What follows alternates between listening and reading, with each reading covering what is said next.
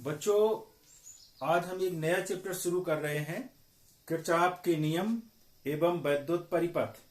इसे सरल परिपथ भी कहते हैं। और इसके अंतर्गत हमारा पहला हेडिंग है सेल। तो सेल क्या है?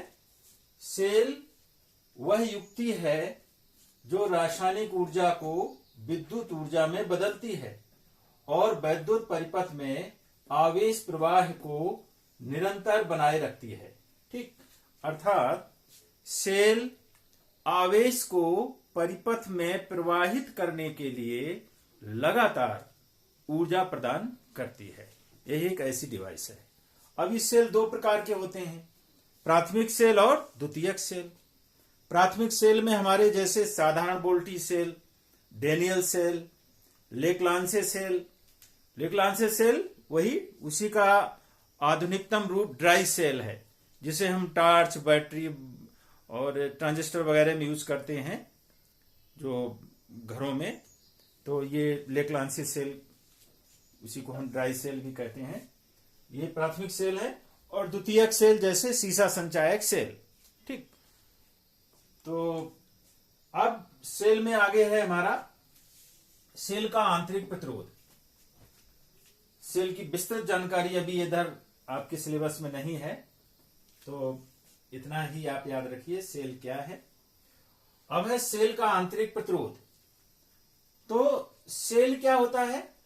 इसमें दो इलेक्ट्रोड होते हैं, एक एनोड या हिंदी में से धनोद कहते हैं, और दूसरा ऋणोद या इसे इंग्लिश में कैथोड कहते हैं। एनोड, कैथोड या हिंदी में धनोद, ऋणोद। ठीक है, ये दो धातु की प्लेटें होती हैं और ये एक वैद्युत अपघट्ट, ये इलेक्ट्रोलाइट है, घोल है एक, इसमें ये दोनों प्लेटें डूबी रहती हैं। ठीक है, तो जब हम इस सेल को किसी परिपथ से जोड़ते हैं, ये धन सिरा है, यहां धन लिख देता हूं मैं, ये धन सिरा है और ये इसका ऋण सिरा है। तो जब हम किसी सेल को परिपथ से जोड़ते हैं तो परिपथ को आवेश प्रवाहित करने के लिए ऊर्जा प्रदान करता है। ठीक, तो परिपथ में सेल के बाहर जो प्रतिरोध होता है उसमें आवेश को प्रवाहित करने के लिए ये ऊर्जा प्रदान करता है, कार्य करता है। और दूसरा, सेल के अंदर एक प्लेट से दूसरे प्लेट के मध्य आवेश को प्रवाहित करने में भी सेल के द्वारा कार्य किया जाता है। जब आवेश एक प्लेट से दूसरी प्लेट की तरफ बहता है तो दोनों प्लेटों के मध्य जो वैद्युत अपघट्ट भरा होता है, ये आवेश प्रवाह का विरोध करता है। आवेश प्रवाह का जो विरोध किया जाता है इलेक्ट्रोलाइट के द्वारा या वैद्युत अपघट्ट के द्वारा, इसे ही सेल का आंतरिक प्रतिरोध कहते हैं। एक बार फिर से हम रिपीट करते हैं। जब सेल को वैद्युत परिपथ में जोड़ा जाता है तो परिपथ में आवेश बहता है। सेल के अंदर यह आवेश एक प्लेट से धन आवेश ऋण प्लेट से धन प्लेट की ओर बहता है, जबकि सेल के बाहर आवेश धन प्लेट से ऋण प्लेट की ओर बहता है। अभी हम परिपथ जोड़ के बताएंगे।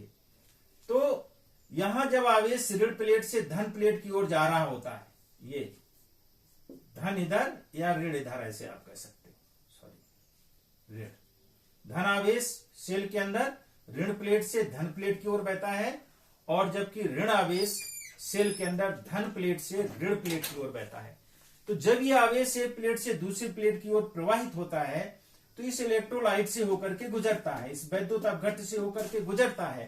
तो ये वैद्युत अपघट्ट आवेश के प्रवाह में रुकावट डालता है।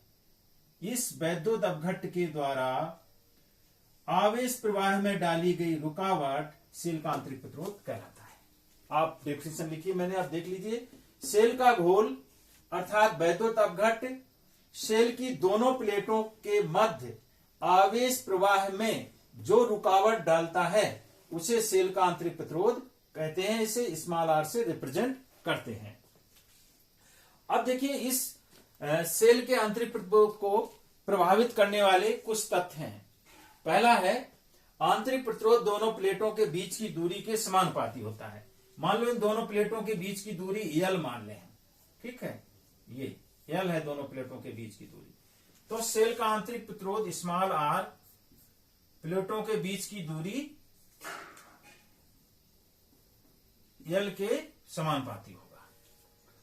दूसरा है ये L प्लेटों के बीच की दूरी।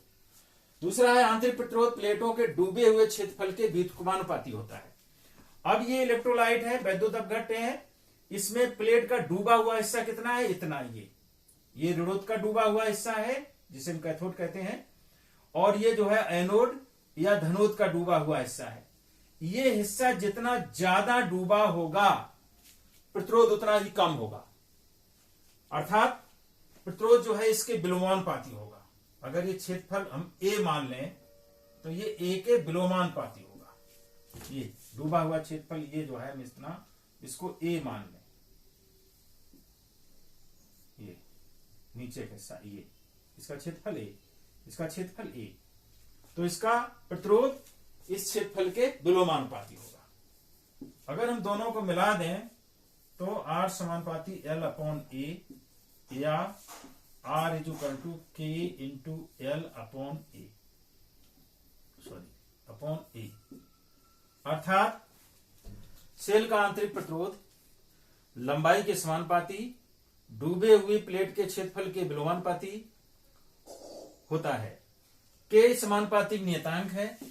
ये K इसका मान इलेक्ट्रोलाइट या वैद्युत अपघट्य की सांद्रता पर निर्भर करता है और प्लेटों के प्रकृति पर निर्भर करता है। धातु की जो प्लेटों हैं इन प्लेटों में प्रयोग की गई धातु पर भी निर्भर करता है। तो ये हमारा आंतरिक प्रतिरोध हो गया। और जो हमारे प्राथमिक सेल होते हैं, डेनियल सेल, लेक्लांसी सेल, इनका आंतरिक प्रतिरोध अधिक होता है, जबकि द्वितीयक सेल जैसे सीसा संचायक सेल इसका प्रतिरोध कम होता है। ठीक है, ओके।